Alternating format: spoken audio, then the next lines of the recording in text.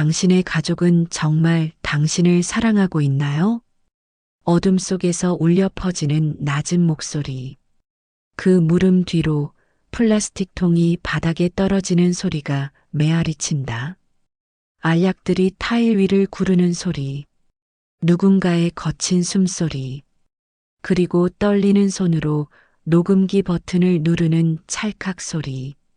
이 약만 잘 드시면 엄마도 편하고 우리도 편해. 녹음된 목소리가 차갑게 재생된다. 그 순간 모든 것이 시작된다. 복수는 창밖을 내다보았다. 4월의 햇살이 레이스 커튼 사이로 비스듬히 들어와 낡은 책상 모서리를 비추고 있었다. 먼지가 빗속에서 천천히 떠다녔다. 76년을 살아오며 그녀가 배운 것은 단순했다. 폐를 끼치지 말 것, 조용히 살다 갈 것, 그것이 전부였다. 어머니, 이제 우리 집으로 들어오세요. 며느리 세영의 목소리는 꿀처럼 달았다. 30년을 새 들어 살던 단칸방이 재개발 구역으로 묶였다는 통지를 받은 지 사흘 만이었다. 아들 준혁은 어색한 미소를 지으며 옆에 서 있었고 세영은 복순의 손을 꼭 잡았다. 혼자 계시면 외로우시잖아요. 식사도 제가 챙겨드리고 영양제도 제가 알아서 다 준비할게요. 이제 편하게 지내세요. 복수는 고개를 끄덕였다. 가슴 한편이 묵직했다. 피 한 방울 섞이지 않은 며느리가 이렇게까지 자신을 챙겨준다는 것이 믿기지 않으면서도 동시에 고마웠다. 혹시 내가 너무 의심이 많은 걸까? 나이가 들면서 사람이 삐뚤어진 건 아닐까? 그런 생각들이 머릿속을 맴돌았다. 이사를 한 지 일주일쯤 지났을 때였다. 세영은 매일 저녁 복순의 방문을 두드렸다. 손에는 하얀 플라스틱 통이 들려 있었다. 어머니, 이거 치매 예방 영양제예요. 제 친구가 약사인데 노인분들한테 정말 좋다고 추천해 줬어요. 저 믿고 매일 챙겨 드세요. 오래오래 건강하게 사셔야죠. 복수는 통을 받아들었다. 라벨에는 한자와 영어가 섞인 성분명이 빼곡히 적혀 있었지만 그녀에게는 그저 낯선 글자의 나열일 뿐이었다. 세영은 물 한 컵을 따라 복순의 손에 쥐어주며 부드럽게 말했다. 매일 자기 전에 한 알씩이요. 꼭 드셔야 해요. 그래, 고맙다. 복수는 알약을 입에 넣고 물을 마셨다. 세영은 만족스러운 미소를 지으며 방을 나갔다. 문이 닫히는 소리. 복수는 침대에 누워 천장을 바라보았다. 형광등의 희미한 불빛이 눈을 아프게 했다. 그날 밤부터였다. 꿈이 이상했다. 몽롱한 안개 속을 헤매는 듯한 감각. 아침에 눈을 뜨면 머리가 무거웠고 방금 전 무슨 생각을 했는지 기억이 나지 않았다. 며느리가 아침 식탁에 차려놓은 반찬 이름을 잊어버렸다. 화장실에 가려다가 왜 복도에 서 있는지 깜빡했다. 어머니, 괜찮으세요? 아까 같은 말씀 또 하시네요. 세영의 목소리에는 걱정이 묻어 있었다. 하지만 그 눈빛 깊은 곳에는 다른 무언가가 있었다. 복수는 알아차리지 못했다. 나이가 드니까 그런가 봐. 미안하다. 에이, 괜찮아요. 그러니까 제가 더 신경 써드려야죠. 세영은 다정하게 복순의 등을 쓰다듬었다. 그 손길은 따뜻했지만 어딘지 모르게 무거웠다. 한 달이 지나자 복순의 일상은 흐릿한 수채화처럼 번졌다. 복지관에서 하는 운동 프로그램 시간을 잊어버렸고 약속을 지키지 못했다. 친구에게 전화를 걸었다가 무슨 이야기를 하려 했는지 기억이 나지 않아 그냥 끊어버린 적도 있었다. 나 정말 치매 오는 건가? 혼잣말이 방 안에 울렸다. 대답은 없었다. 복수는 거울 속 자신의 얼굴을 바라보았다. 주름진 이마, 움푹 들어간 눈, 힘없이 처진 입꼬리. 76년의 세월이 고스란히 새겨진 얼굴이었다. 어느 날 오후였다. 복지관에 가려고 현관문을 나서던 복수는 갑자기 어지러움을 느꼈다. 세상이 기울었다. 벽을 짚고 겨우 몸을 지탱한 그녀는 근처 약국으로 들어갔다. 약국 문을 열자 에어컨 바람과 함께 소독약 냄새가 코를 찔렀다. 어르신, 어디 불편하세요? 젊은 여자 약사가 다가왔다. 이름표에는 장민지라고 적혀 있었다.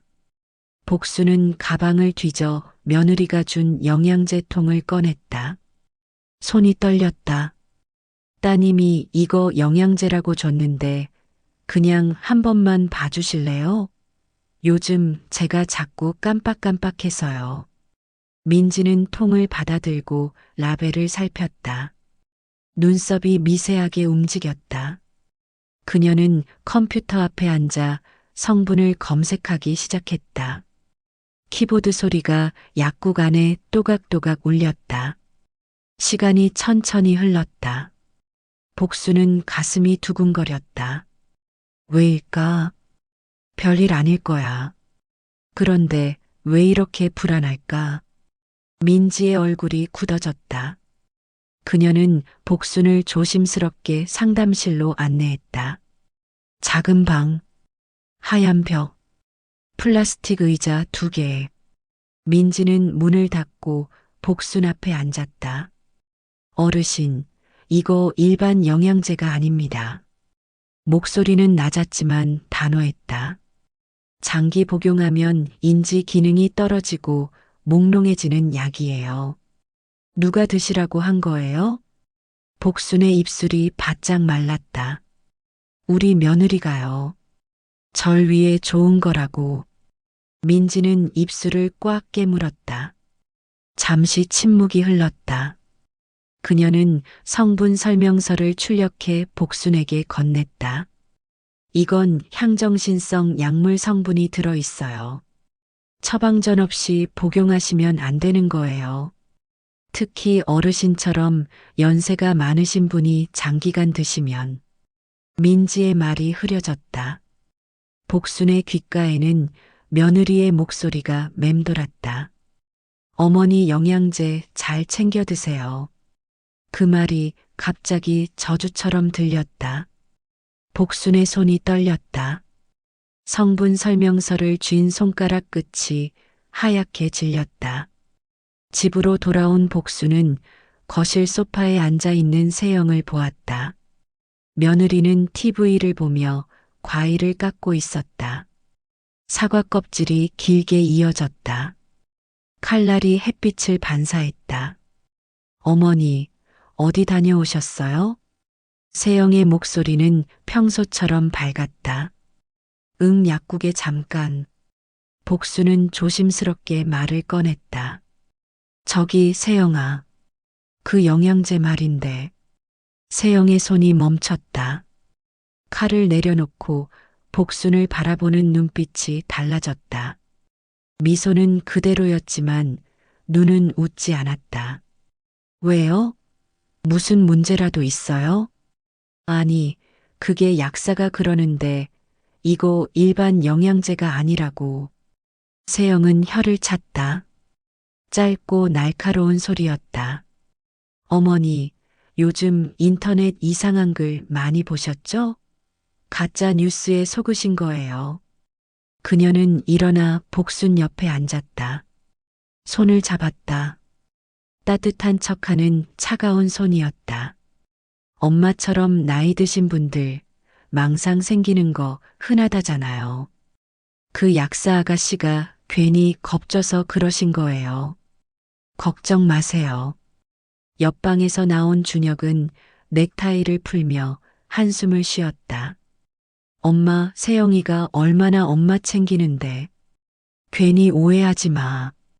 세영이 없었으면 엄마 혼자 어떻게 살았을지 생각 좀 해보라니까. 복수는 입을 다물었다. 목구멍에 뭔가 걸린 것 같았다. 말을 삼켰다. 그래, 미안하다. 내가 오해한 것 같구나. 괜찮아요, 어머니. 이해해요. 세영은 다시 밝게 웃었다. 하지만 복순이 방으로 들어간 후 그녀는 휴대폰을 꺼내 누군가에게 전화를 걸었다. 복수는 문틈 사이로 그 목소리를 들었다. 네, 복지센터죠? 제가 시어머니 건으로 상담 좀 드리고 싶은데요. 요즘 어머니가 자꾸 누가 자기를 해치려 한다고 하시고 약도 못 믿으시겠대요. 혹시 치매 검사 같은 거 빨리 받는 게 좋지 않을까요? 복수는 침대에 주저앉았다. 가슴이 철렁 내려앉았다. 그날 이후 집안의 공기가 달라졌다. 준혁과 세영은 복순이 무슨 말을 꺼내기만 하면 눈빛을 주고받았다. 복순이 오늘 날씨가 좋네라고 말하면 또 시작이다라는 표정을 지었다. 저녁 맛있었어라고 말하면 알았어요. 어머니라며 시큰둥하게 대답했다. 어느 날 저녁 식사 자리에서였다. 복순이 조심스럽게 말했다. 나 혹시 병원 한번 가볼까? 머리가 자꾸 이상해서. 세영이 밝게 대답했다. 좋은 생각이에요, 어머니. 제가 예약해 드릴게요. 정신건강의학과 괜찮은데 알아요. 복수는 고개를 끄덕였지만 가슴 속에서는 불안이 부풀어 올랐다. 정신건강의학과. 그 단어가 왠지 무겁게 느껴졌다. 며칠 후 세영은 복순을 데리고 병원에 갔다. 진료실은 하얗고 차가웠다. 의사는 복순에게 여러 질문을 던졌다. 오늘이 며칠인지 아세요? 5월. 이게 뭔지 아세요? 의사가 볼펜을 들어 보였다. 볼펜이요. 100에서 7을 계속 빼보세요.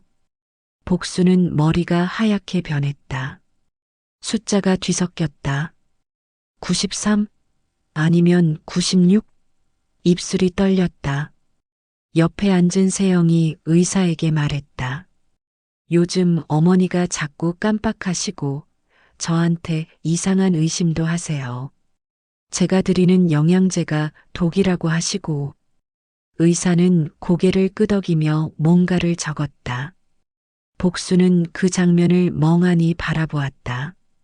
자신의 목소리는 들리지 않는 것 같았다. 일단 경도인지장의 가능성이 있어 보이니 정밀 검사 한번 받아보시는 게 좋겠습니다. 복수는 고개를 숙였다. 눈물이 날 것 같았다. 집으로 돌아오는 차 안에서 세영이 말했다. 어머니, 너무 걱정 마세요. 요즘은 약도 좋고 관리만 잘하면 괜찮아요. 제가 옆에 있잖아요. 복수는 창밖을 바라보았다. 거리의 사람들이 빠르게 지나갔다. 그들은 모두 자기 삶을 살고 있었다. 복수는 문득 깨달았다. 자신은 이제 아무것도 아닌 존재가 되어가고 있다는 것을. 하지만 그날 밤 복수는 약사 민지의 눈빛을 떠올렸다. 그 눈에는 거짓이 없었다. 걱정과 진심이 있었다. 복수는 결심했다. 이건 단순한 걱정이 아니야. 정말 뭔가 잘못된 거야. 다음 날부터 복수는 영양제를 먹는 척했다.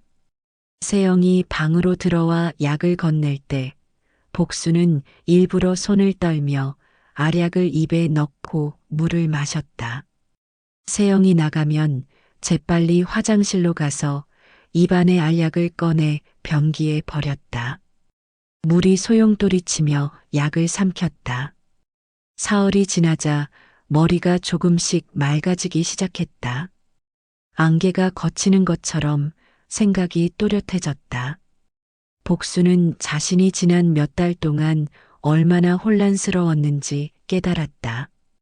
그리고 집안의 이상한 점들이 하나씩 눈에 들어오기 시작했다. 며칠 전 우체통에서 본 편지. 성년후견 심판 청구 관련 안내라는 문구가 희미하게 기억났다. 복수는 우체통을 뒤졌지만 편지는 없었다. 세영이 먼저 가져간 것이 분명했다. 복수는 기다렸다. 어느 날 오후 준혁이 출근하고 세영이 외출한 틈을 탔다. 복수는 조심스럽게 세영의 방으로 들어갔다. 가슴이 두근거렸다. 서랍을 열었다. 서류들이 가지런히 정리되어 있었다. 그중 하나가 눈에 띄었다. 사연법률사무소 성년후견 및 재산관리 위임 계약 초안. 복순의 손이 떨렸다. 서류를 펼쳤다. 거기에는 자신의 이름이 정신적 신체적 능력이 저하된 피후견인으로 적혀 있었다. 재산관리인은 윤세영.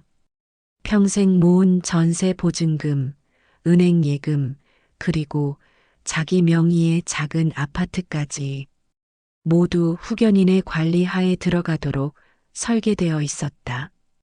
복수는 그 자리에 주저앉았다. 다리에 힘이 풀렸다.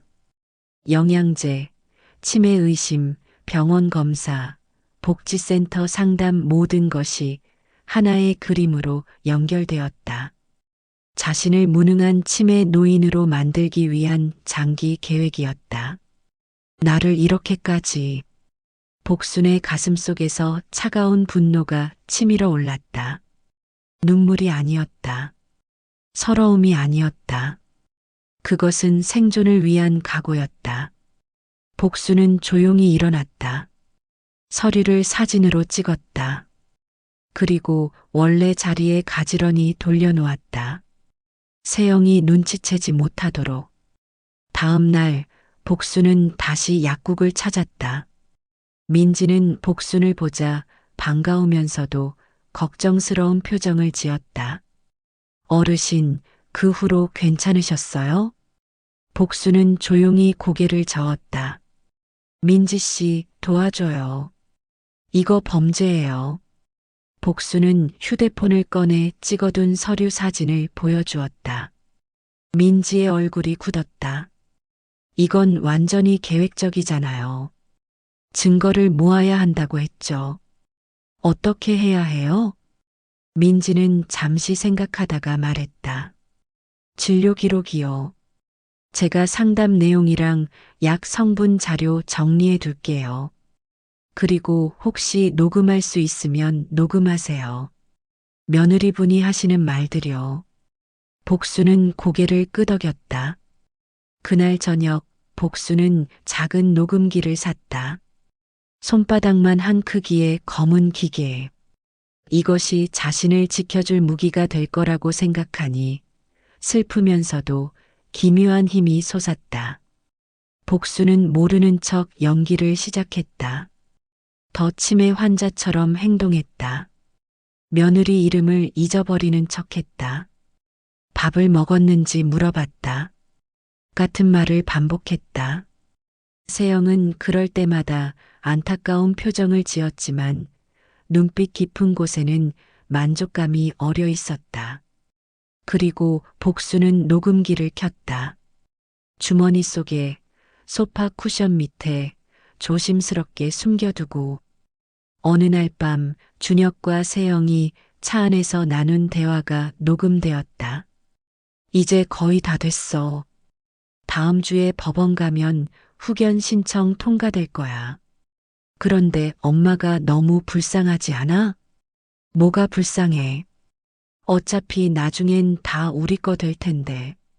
그냥 조금 빨리 정리하는 거지. 엄마도 편하잖아. 머리 아프게 재산 관리 안 해도 되고. 그래도 작작해. 당신이 시작했잖아. 이제 와서 양심 챙기지 마. 복수는 녹음기를 쥔 채 방 안에서 숨죽여 울었다. 아들의 목소리였다. 자신이 평생을 바쳐 키운 아들의 목소리였다. 마침내 그날이 왔다. 가정법원 복도는 차갑고 조용했다. 형광등 불빛이 대리석 바닥을 차갑게 비쳤다. 복수는 낡은 검은색 외투를 입고 복도 끝 의자에 앉아 있었다. 손에는 작은 가방 하나. 그 안에는 녹음기와 서류 사본이 들어 있었다. 어머니, 긴장하지 마세요. 금방 끝나요. 세영은 복순 옆에 앉아 손을 잡았다. 따뜻한 척하는 차가운 손. 복수는 고개를 끄덕였다. 눈빛은 흐릿했다. 세영은 안심한 듯 미소를 지었다. 법정 문이 열렸다.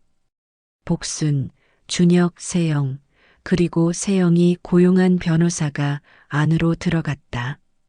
증인으로 약사 민지도 자리에 있었다. 복순 옆에는 공익 변호사가 조용히 앉았다. 판사가 입장했다. 법복이 바람에 살짝 흔들렸다. 모두가 일어났다가 다시 앉았다. 법정 안은 숨소리조차 조심스러웠다. 성년후견 심판 청구 사건을 시작하겠습니다. 판사의 목소리는 낮고 단호했다. 세영 측 변호사가 일어나 서류를 제출했다. 피후견인 이복순 씨는 최근 수개월간 인지기능 저하와 망상 증상을 보이고 있습니다. 변호사는 차분하게 말했다. 진단서와 상담 기록을 제출합니다. 피후견인은 일상생활 유지와 재산 관리를 직접 하기 어려운 상태로 장남의 배우자인 윤세영 씨가 전적으로 보호하고 있습니다. 세영은 손수건을 꺼내 눈가를 닦았다. 눈물이 살짝 맺혀 있었다. 어머니가 요즘 밤마다 길을 나가시려고 하셔서요. 목소리가 떨렸다. 연기인지 진심인지 알 수 없었다. 혹시라도 사고라도 나실까봐 제가 잠도 제대로 못 자요. 영양제도 병원도 다 제가 알아서 챙기는 거고요. 솔직히 너무 힘들지만 그래도 가족이니까요. 방청석에서 작은 탄식 소리가 들렸다. 세영은 고개를 숙였다. 완벽한 효부의 모습이었다. 판사의 시선이 복순에게로 향했다. 이복순 씨, 본인 재산을 앞으로도 직접 관리하실 수 있다고 생각하십니까? 복순은 천천히 고개를 들었다. 시선을 허공에 두었다. 입술을 달싹였다. 나는 잘 모르겠어요. 요즘 깜빡깜빡해서. 목소리는 가늘고 힘이 없었다. 준혁의 얼굴에 안도감이 스쳤다. 세영은 입술을 깨물며 고개를 숙였지만 그 눈빛에는 숨길 수 없는 승리감이 어려 있었다. 그 순간이었다. 복순 옆에 앉아있던 공익 변호사가 천천히 손을 들었다. 재판장님, 후견 신청을 검토하기 전에 피후견인이 제출한 증거를 먼저 확인해 주시겠습니까? 법정이 술렁였다. 세영의 얼굴에서 미소가 사라졌다. 준혁은 변호사를 바라보았다. 변호사도 당황한 표정이었다. 증거라니요? 판사가 물었다. 예. 오늘 제출하겠습니다. 공익 변호사는 노트북을 열었다. 법정 앞 모니터에 화면이 연결되었다. 음향 시스템이 켜졌다. 잠시 정적이 흘렀다. 그리고 재생 버튼이 눌렸다. 이 약만 잘 드시면 엄마도 편하고 우리도 편해. 얼른 치매 진단만 받으면 엄마 아파트는 법적으로도 우리 거나 다름없다니까. 차 안에서 녹음된 세영의 목소리였다. 또렷하고 선명했다. 운전대를 잡은 준혁의 웃음소리까지 들렸다. 착착해. 누가 들으면 어떡해. 괜찮아. 어차피 엄마 귀 어두운데 뭐. 그리고 설마 우리를 의심하겠어? 법정안이 얼어붙었다. 세영의 얼굴이 하얗게 질렸다. 준혁은 의자를 붙잡았다. 손가락 마디가 하얗게 변했다. 두 번째 파일이 재생되었다. 약사 장민지가 증인석에 섰다. 그녀는 복순이 가져온 약통을 들어보였다. 이 약은 벤조다이아제핀 계열의 향정신성 약물입니다. 처방전 없이 복용하시면 안 되는 약이고요. 특히 노인 환자가 장기간 복용할 경우 인지 기능 저하, 기억력 손상이 발생합니다. 민지는 서류를 제출했다. 이 약을 영양제라고 속여드린 건 의도적으로 피후견인의 인지 기능을 떨어뜨리려는 시도로 볼 수 있습니다. 세영이 벌떡 일어났다. 그건 오해예요. 저는 정말 어머니를 위해서 조용히 하십시오. 판사의 목소리가 법정을 가득 채웠다. 세영은 다시 자리에 앉았다. 입술이 파르르 떨렸다. 세 번째 증거가 제시되었다. 복순이 찍어둔 서류 사진이 모니터에 떴다. 성년후견 및 재산관리 위임 계약 초안입니다. 공익변호사가 설명했다. 후견 신청 전부터 이미 피후견인의 재산 처분 계획이 수립되어 있었습니다. 여기를 보시면 피후견인 명의의 아파트에 대한 근저당 설정 계약서 초안도 있습니다. 변호사는 또 다른 서류를 제출했다. 그리고 최근 3개월간 피후견인의 예금 계좌에서 총 2천만 원이 윤세영 씨의 계좌로 이체되었습니다. 피후견인의 동의 없이 이루어진 거래입니다. 법정이 다시 술렁였다. 세영은 고개를 떨구었다. 준혁은 두 손으로 얼굴을 감쌌다. 판사는 서류를 천천히 넘겼다. 페이지 넘기는 소리가 법정 안에 울렸다. 시간이 천천히 흘렀다. 누구도 말하지 않았다. 마침내 판사가 입을 열었다. 후견은 피후견인의 권리를 보호하기 위한 제도입니다. 목소리는 차갑고 단호했다. 그러나 지금까지 제출된 녹취록과 계좌 내역, 약사의 증언을 종합할 때 신청인은 피후견인의 정신적 신체적 약점을 이용해 재산을 편취하려 한 의혹이 매우 짙습니다. 판사는 서류를 덮었다. 본 법원은 성년후견 신청을 기각합니다. 그리고 신청인 윤세영 씨의 행위는 상해 및 사기, 업무상, 배임에 해당할 소지가 높다고 판단하여 검찰의 수사 의뢰를 결정합니다. 망치 소리가 울렸다. 탕. 법정이 끝났다. 세영은 그 자리에 무너졌다. 준혁은 변호사에게 매달렸다. 하지만 아무도 그들을 바라보지 않았다. 복수는 천천히 일어났다. 다리가 후들거렸지만 걸을 수 있었다. 그녀는 세영을 정면으로 바라보았다. 처음으로 또렷하게. 평생 모은 돈이야. 복순의 목소리는 낮았지만 단단했다. 너 주려고 모은 돈이 아니야. 세영은 고개를 들지 못했다. 그저 바닥을 응시할 뿐이었다. 효부 코스프레를 하며 모든 것을 조종하던 그녀는 이제 법정 한가운데서 철저히 무너져 있었다.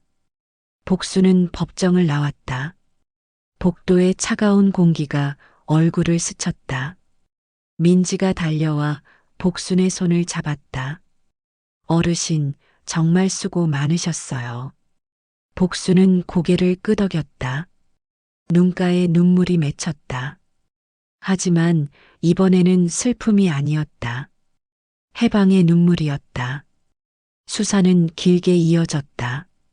검찰은 세영의 휴대폰과 컴퓨터를 압수했다.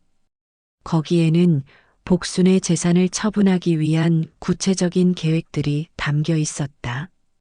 법률사무소와 주고받은 이메일, 부동산 중개사와의 문자 메시지, 그리고 아들 준혁과 나눈 대화 내역까지. 세영은 변호사를 선임했지만 증거는 명확했다. 그녀는 법정에서 계속 시어머니를 위했다고 말했지만 누구도 믿지 않았다. 저는 정말 어머니가 편하게 사시길 바랐어요. 재산 관리가 힘드실까봐 제가 도와드리려고 했던 거예요. 하지만 검사는 차갑게 반박했다. 그렇다면 왜 피해자 몰래 계좌 이체를 했습니까? 왜 향정신성 약물을 영양제라고 속였습니까? 왜 후견 신청 전에 이미 재산 처분 계획을 세웠습니까? 세영은 대답하지 못했다. 결국 그녀는 사기, 준상해, 업무상 배임 혐의로 징역 2년에 집행유예 3년을 선고받았다. 그리고 복순에게 3천만 원의 손해배상 책임을 지게 되었다.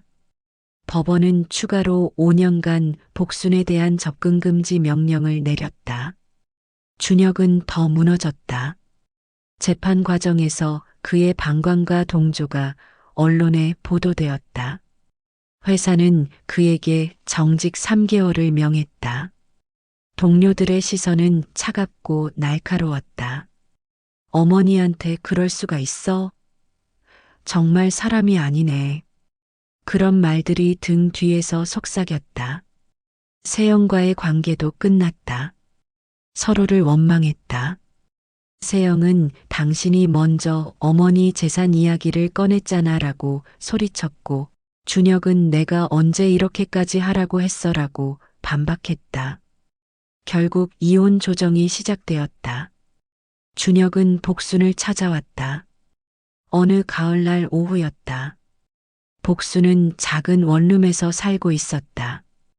법원의 판결로 아파트와 예금을 되찾은 후 그녀는 아들과 멀리 떨어진 곳에 작은 집을 얻었다.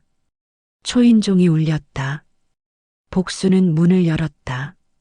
준혁은 초라한 모습으로 서 있었다. 양복 대신 낡은 점퍼를 입고 있었다. 얼굴은 수척했고 눈가에는 다크서클이 짙었다. 엄마. 준혁의 목소리는 떨렸다. 미안해요. 정말 정말 미안해요. 복수는 아무 말도 하지 않았다. 그저 아들을 바라보았다. 한때는 희망이었던 사람. 평생을 바쳐 키운 사람. 하지만 이제는 남처럼 느껴지는 사람. 엄마, 나 잘못했어요. 세영이한테 휘둘린 거예요. 나도 모르게. 준혁아.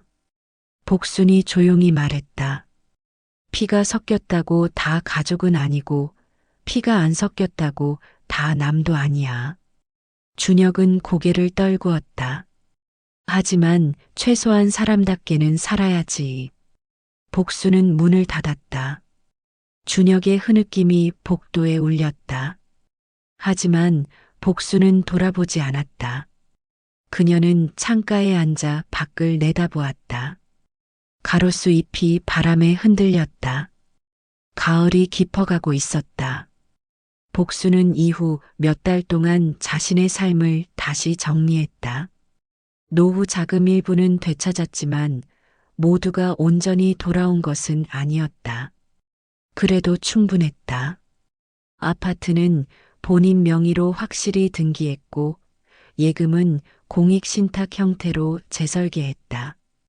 평생 모은 재산이 또다시 누군가의 욕심에 휘둘리지 않도록 법률 전문가와 상담하며 하나하나 꼼꼼히 정리했다.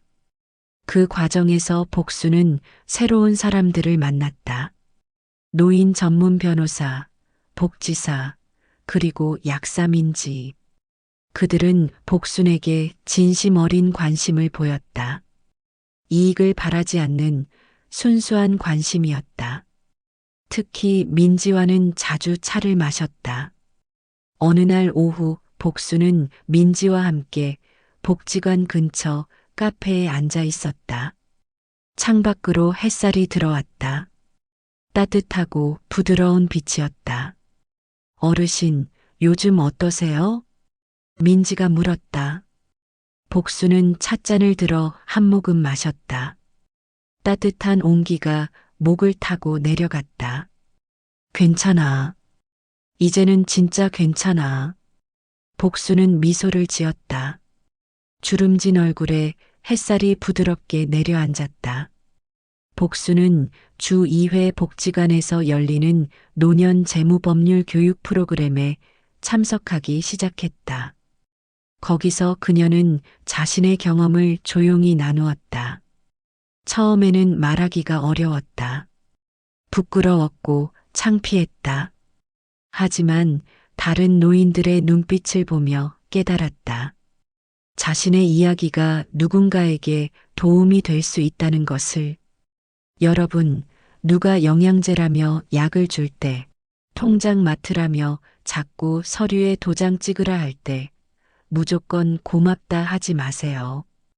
복순의 목소리는 차분했지만 단단했다. 한 번 더 확인하세요. 약국에 가서 물어보세요. 법률 상담을 받으세요. 나처럼 당하지 마세요. 강의실 안에서 고개를 끄덕이는 사람들이 보였다. 어떤 할머니는 눈물을 닦았다. 어떤 할아버지는 메모를 했다. 복수는 그 모습을 보며 생각했다. 내 고통이 헛되지 않았구나. 계절이 바뀌었다. 겨울이 오고 봄이 왔다. 복수는 여전히 작은 원룸에서 살았지만 더 이상 외롭지 않았다. 민지는 일주일에 한 번씩 들렀고 복지관 친구들과는 가끔 함께 산책을 했다. 공익 변호사는 이따금 안부 전화를 걸었다. 어르신, 저번에 말씀드린 노인 인권 강연건 혹시 관심 있으세요? 강연을? 네. 어르신 이야기가 정말 중요해요. 많은 사람들이 들어야 해요. 복수는 잠시 망설이다가 대답했다. 생각해 볼게요. 전화를 끊고 복수는 창밖을 내다보았다. 벚꽃이 피기 시작했다. 연분홍빛 꽃잎이 바람에 흩날렸다. 봄이 왔다. 복순의 삶에도 새로운 계절이 온 것 같았다. 어느 날 오후 복수는 민지와 함께 복지관 옥상 정원에 앉아 있었다. 도시의 소음이 희미하게 들렸지만 이곳은 조용하고 평화로웠다.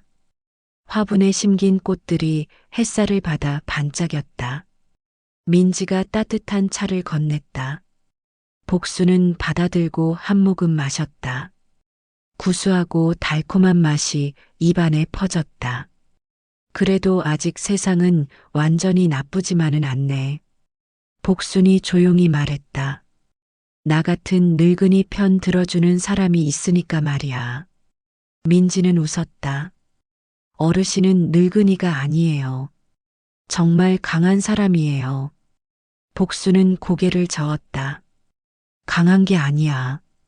그냥 살아남은 거지. 두 사람은 잠시 말없이 앉아 있었다. 바람이 불어왔다. 꽃향기가 코를 스쳤다. 복수는 눈을 감았다. 햇살이 얼굴을 따뜻하게 감쌌다. 문득 복수는 깨달았다. 자신은 이제 더 이상 누군가의 희생양이 아니라는 것을, 누군가의 재산도 아니고 누군가의 짐도 아니라는 것을. 그녀는 이복순이라는 한 사람이었다. 76년을 살아온 한 인간이었다. 그날 저녁 복수는 오랜만에 일기를 썼다. 낡은 공책을 펼치고 볼펜을 들었다. 손이 떨렸지만 글씨는 또렷했다. 오늘 나는 나를 되찾았다. 짧은 문장이었지만 그 안에는 긴 여정이 담겨 있었다. 영양제라는 이름의 독에서 벗어나 가스라이팅의 안개를 걷어내고 법정에서 진실을 외치고 마침내 자기 삶의 주인으로 돌아온 여정. 복수는 공책을 덮고 창밖을 바라보았다. 밤이 깊어가고 있었다. 거리의 가로등이 하나씩 켜졌다. 어둠 속에서 빛이 피어났다. 복수는 그 빛을 바라보며 생각했다. 세상은 여전히 어둡고 사람들은 여전히 욕심스럽고 가족이라는 이름으로 상처를 주는 일도 여전히 일어난다. 하지만 동시에 진심으로 손을 내미는 사람들도 있다. 약사 민지처럼, 공익 변호사처럼, 복지관 친구들처럼. 복수는 더 이상 두렵지 않았다. 아들이 다시 찾아올까봐, 며느리가 복수할까봐, 혼자 늙어갈까봐. 그런 두려움은 이제 사라졌다. 대신 그 자리에 평온이 자리 잡았다. 나는 괜찮아. 이제 정말 괜찮아. 복수는 작은 소리로 중얼거렸다. 그 말은 주문처럼 방 안에 울렸다. 그리고 천천히 복수는 잠이 들었다. 오랜만에 편안한 잠이었다. 악몽도 불안도 없는 깊고 고요한 잠이었다. 1년이 흘렀다. 복수는 이제 정기적으로 노인 인권 강연을 다닌다. 복지관, 구청 때로는 법원 교육센터에서도 그녀의 이야기를 듣고 싶어 했다. 처음에는 떨렸지만 이제는 익숙해졌다. 제 이야기를 하는 게 부끄럽지만 이게 누군가에게 도움이 된다면 기꺼이 하겠습니다. 복순의 강연을 듣고 용기를 낸 노인들이 하나둘 나타났다. 어떤 할머니는 딸에게 빼앗긴 통장을 되찾았고 어떤 할아버지는 아들이 몰래 만든 빚을 법적으로 해결했다. 그들은 복순에게 고맙다고 말했다. 어르신 덕분에 제 인생을 되찾았어요. 그 말을 들을 때마다 복순은 가슴이 뭉클했다. 자신의 고통이 헛되지 않았다는 것을, 누군가를 구했다는 것을. 민지는 여전히 복순의 가장 가까운 친구였다. 두 사람은 매주 한 번씩 만나 차를 마시고 산책을 했다. 나이 차이는 40년이 넘었지만 그것은 중요하지 않았다. 민지야, 너 없었으면 나 어떻게 됐을까? 어르신이 용기 내셨기 때문이에요. 제가 한 건 별로 없어요. 아니야. 내가 날 믿어줬잖아. 그게 제일 큰 거야. 두 사람은 웃으며 걸었다. 봄바람이 불어왔다. 꽃잎이 두 사람 주변을 맴돌았다. 준혁은 다시 나타나지 않았다. 이혼 후 그는 다른 도시로 이사를 갔다고 했다. 복수는 가끔 아들 생각을 했다. 미운 것도 아니고 그립지도 않았다. 그저 먼 존재처럼 느껴졌다. 혈육이지만 남이 된 사람. 그래도 건강하게 살았으면 좋겠네. 복수는 창밖을 보며 중얼거렸다. 원망은 없었다. 다만 슬픔이 조금 남아있을 뿐이었다. 세영은 집행유예 기간 동안 사회봉사 명령을 받고 요양원에서 일했다. 아이러니하게도 그녀는 노인들을 돌보는 일을 해야 했다. 복수는 그 소식을 듣고 씁쓸하게 웃었다. 인과응보라는 게 정말 있나 보네. 계절이 또 바뀌었다. 여름이 오고 가을이 왔다. 복수는 여전히 작은 원룸에서 살았지만 그곳은 이제 집처럼 느껴졌다. 화분에 꽃을 심었고 벽에 사진을 걸었고 책장을 샀다. 민지가 선물한 책들이 꽂혀 있었다. 복수는 이제 매일 아침 창문을 열고 햇살을 맞이했다. 심호흡을 했다. 살아있다는 것을 느꼈다. 자유롭다는 것을 느꼈다. 오늘도 좋은 하루야. 복수는 미소를 지으며 하루를 시작했다. 영양제라는 이름의 독에서 벗어난 지 이제 1년하고도 6개월. 그녀는 더 이상 누군가의 손에 쥐어진 알약을 무조건 삼키지 않았다. 더 이상 누군가의 말을 무조건 믿지 않았다. 하지만 동시에 진심을 알아볼 수 있는 눈을 갖게 되었다. 어느 가을날 오후였다. 복수는 복지관 강의실에 서 있었다. 앞에는 50여 명의 노인들이 앉아 있었다. 모두가 복순을 바라보고 있었다.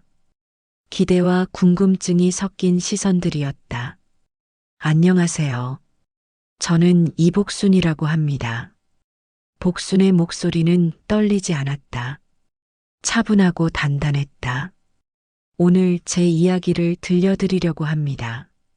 부끄러운 이야기지만 여러분이 같은 일을 겪지 않으셨으면 하는 마음으로 나눕니다. 복수는 천천히 자신의 경험을 이야기하기 시작했다. 며느리가 건넨 영양제, 흐려지던 기억, 약국에서의 발견, 그리고 법정에서의 대결까지. 강의실은 조용했다. 누군가는 손수건으로 눈가를 닦았고 누군가는 고개를 끄덕이며 메모를 했다. 여러분 기억하세요. 복수는 강의를 마무리하며 말했다. 가족이라는 이름이 모든 걸 정당화하지 않습니다. 사랑한다는 말이 모든 행동을 용서하게 만들지 않습니다. 여러분의 재산은 여러분 것입니다. 여러분의 삶은 여러분 것입니다. 누구도 심지어 자식이라도 그걸 함부로 가져갈 권리는 없습니다. 박수가 터져 나왔다. 복수는 고개를 숙여 인사했다. 강의실을 나서는 그녀에게 한 할머니가 다가왔다. 선생님, 저도 비슷한 일을 겪고 있어요. 어떻게 하면 될까요? 복수는 할머니의 손을 잡았다. 먼저 혼자가 아니라는 걸 기억하세요. 도와줄 사람들이 있어요. 제가 연결해 드릴게요. 복수는 공익 변호사의 명함을 건넸다. 할머니의 눈에 희망이 피어올랐다. 그날 저녁 복수는 집으로 돌아와 소파에 앉았다. 창밖으로 노을이 지고 있었다. 붉은빛과 주황빛이 하늘을 물들였다. 아름다운 풍경이었다. 복수는 휴대폰을 꺼냈다. 민지에게서 온 문자가 있었다. 어르신, 오늘 강의 어떠셨어요? 내일 시간 되시면 같이 영화 볼래요? 복수는 미소를 지으며 답장을 보냈다. 좋아. 내일 봐. 짧은 대화였지만 그 안에는 따뜻한 온기가 담겨 있었다. 복수는 휴대폰을 내려놓고 다시 창밖을 바라보았다. 77년의 인생. 그중 76년은 누군가를 위해 살았다. 남편을 위해, 아들을 위해, 손님들을 위해. 하지만 마지막 1년은 자기 자신을 위해 살았다. 그리고 복수는 깨달았다. 이게 진짜 삶이라는 것을. 이제 시작이야. 복수는 혼잣말을 했다. 77년을 살았지만 진짜 자기 삶은 이제부터라고 생각했다. 늦었지만 괜찮았다. 시작하는 것 자체가 의미 있었다. 복수는 일어나 부엌으로 갔다. 저녁을 준비하기 시작했다. 냉장고에서 채소를 꺼내고 쌀을 씻었다. 손놀림은 익숙했다. 평생 해온 일이었다. 하지만 이제는 누군가를 위해서가 아니라 자기 자신을 위해 요리를 했다. 밥을 짓는 동안 복수는 라디오를 켰다. 잔잔한 음악이 흘러나왔다. 옛날 노래였다. 젊었을 때 자주 듣던 노래. 복수는 따라 부르며 요리를 했다. 밥이 다 되었다. 복수는 상을 차렸다. 소박한 저녁이었다. 된장찌개, 김치, 계란말이. 하지만 정성스럽게 만든 음식이었다. 복수는 숟가락을 들고 한 숟갈 떠서 입에 넣었다. 맛있네. 혼자 먹는 밥이었지만 외롭지 않았다. 복수는 천천히 식사를 했다. 한 입 한 입 씹으며 삶의 맛을 느꼈다. 식사를 마치고 설거지를 한 후 복수는 다시 거실로 왔다. 소파에 앉아 책을 펼쳤다. 민지가 추천해준 소설이었다. 복수는 안경을 쓰고 천천히 읽기 시작했다. 글자가 눈에 들어왔다. 이야기가 펼쳐졌다. 복수는 책 속으로 빠져들었다. 시간이 흘렀다. 밤이 깊어졌다. 복수는 책을 덮고 하품을 했다. 피곤했지만 기분이 좋았다. 하루가 충만했다. 침대에 누워 복수는 천장을 바라보았다. 어둠 속에서 희미하게 천장의 윤곽이 보였다. 복수는 눈을 감았다. 오늘 하루를 되돌아보았다. 강의를 했다. 누군가에게 도움을 주었다. 민지와 약속을 했다. 맛있는 저녁을 먹었다. 책을 읽었다. 평범한 하루였지만 그 평범함이 소중했다. 감사합니다. 복수는 작은 소리로 말했다. 누구에게 하는 말인지 몰랐다. 신에게일 수도 있고 세상에게일 수도 있고 자기 자신에게일 수도 있었다. 하지만 그 말은 진심이었다. 복수는 잠이 들었다. 깊고 편안한 잠이었다. 꿈을 꾸었다. 좋은 꿈이었다. 봄날의 들판을 걷는 꿈이었다. 꽃이 피어 있었고 나비가 날았고 햇살이 따뜻했다. 복수는 꿈속에서 웃으며 걸었다. 가벼운 발걸음으로 마이너스 마이너스 마이너스. 새벽이 밝았다. 햇살이 커튼 사이로 스며들었다. 복수는 눈을 떴다. 기지개를 켰다. 몸이 개운했다. 좋은 아침. 복수는 혼잣말을 하며 침대에서 일어났다. 창문을 열었다. 시원한 공기가 들어왔다. 새소리가 들렸다. 복수는 심호흡을 했다. 새로운 하루가 시작되었다. 복수는 세수를 하고 옷을 갈아입었다. 거울을 보았다. 주름진 얼굴이 보였다. 하지만 그 얼굴에는 평화가 깃들어 있었다. 괜찮아. 나는 괜찮아. 복수는 거울 속 자신에게 말했다. 그리고 미소를 지었다. 아침을 먹고 복수는 외출 준비를 했다. 오늘은 민지와 영화를 보러 가는 날이었다. 복수는 가방을 챙기고 문을 열었다.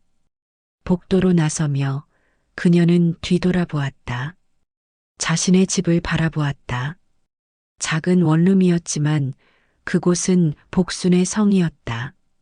누구도 침범할 수 없는 안전한 공간이었다. 복수는 문을 잠그고 엘리베이터를 탔다. 거리로 나왔다. 가을 햇살이 따뜻했다. 사람들이 오갔다. 모두가 각자의 삶을 살고 있었다. 복순도 그들 중 하나였다. 특별하지 않지만 소중한 한 사람이었다. 복수는 걸었다. 천천히 하지만 확실하게. 영화관을 향해. 민지를 향해. 새로운 하루를 향해. 그녀의 발걸음은 가벼웠다. 영양제라는 이름의 독에서 벗어난 그녀는 이제 진짜 자유를 맛보고 있었다.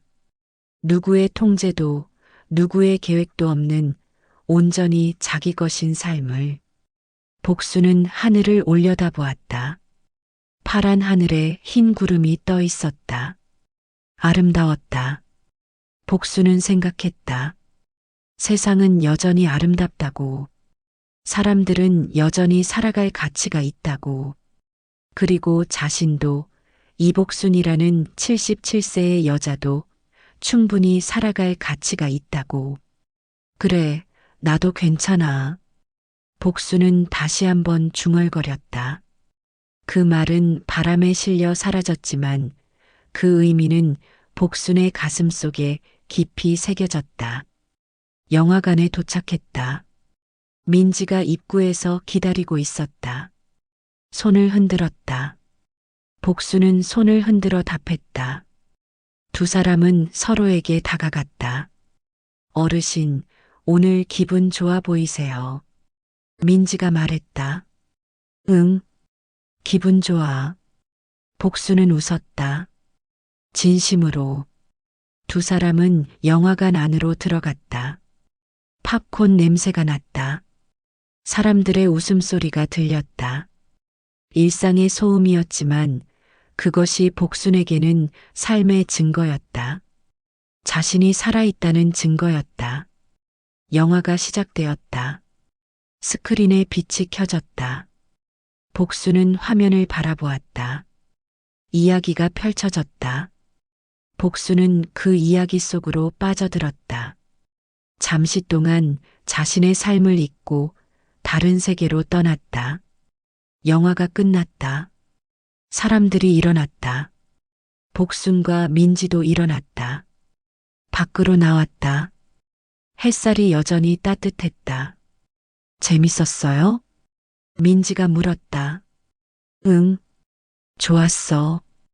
두 사람은 근처 카페로 갔다. 차를 주문하고 창가 자리에 앉았다. 거리를 바라보며 이야기를 나눴다. 영화 이야기, 일상 이야기, 때로는 아무 말도 하지 않고 그냥 함께 있었다. 시간이 흘렀다. 해가 서쪽으로 기울었다. 복순은 시계를 보았다. 이제 가봐야겠다.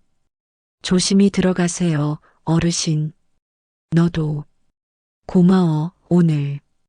저야말로요. 두 사람은 헤어졌다. 복순은 집으로 향했다. 저녁 무렵의 거리는 조용했다.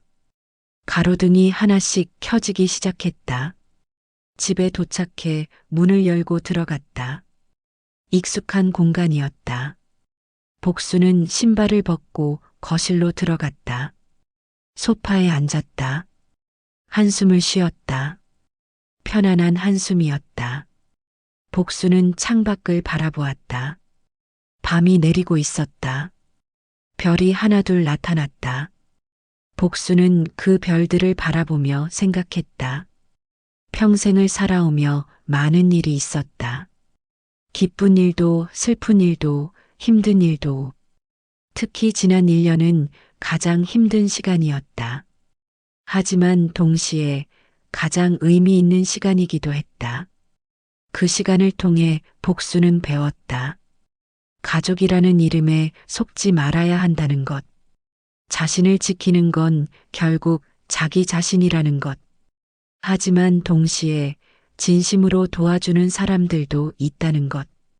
복순은 일어나 침실로 갔다. 잠옷으로 갈아입고 침대에 누웠다. 이불을 덮었다. 따뜻했다. 오늘도 좋은 하루였어. 복순은 중얼거렸다. 그리고 눈을 감았다. 잠이 왔다. 평화로운 잠이었다. 꿈속에서 복순은 젊었다. 30살쯤의 모습이었다. 반찬 가게를 운영하고 있었다. 손님들이 들어와 밝게 인사했다. 복순도 웃으며 답했다. 가게는 활기찼다. 갑자기 장면이 바뀌었다. 법정이었다. 하지만 이번에는 두렵지 않았다. 복순은 당당히 서 있었다. 진실을 말하고 있었다. 사람들이 귀를 기울였다. 다시 장면이 바뀌었다.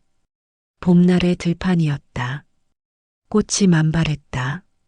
복순은 그 들판을 걸었다. 혼자가 아니었다. 민지가 함께 걸었다.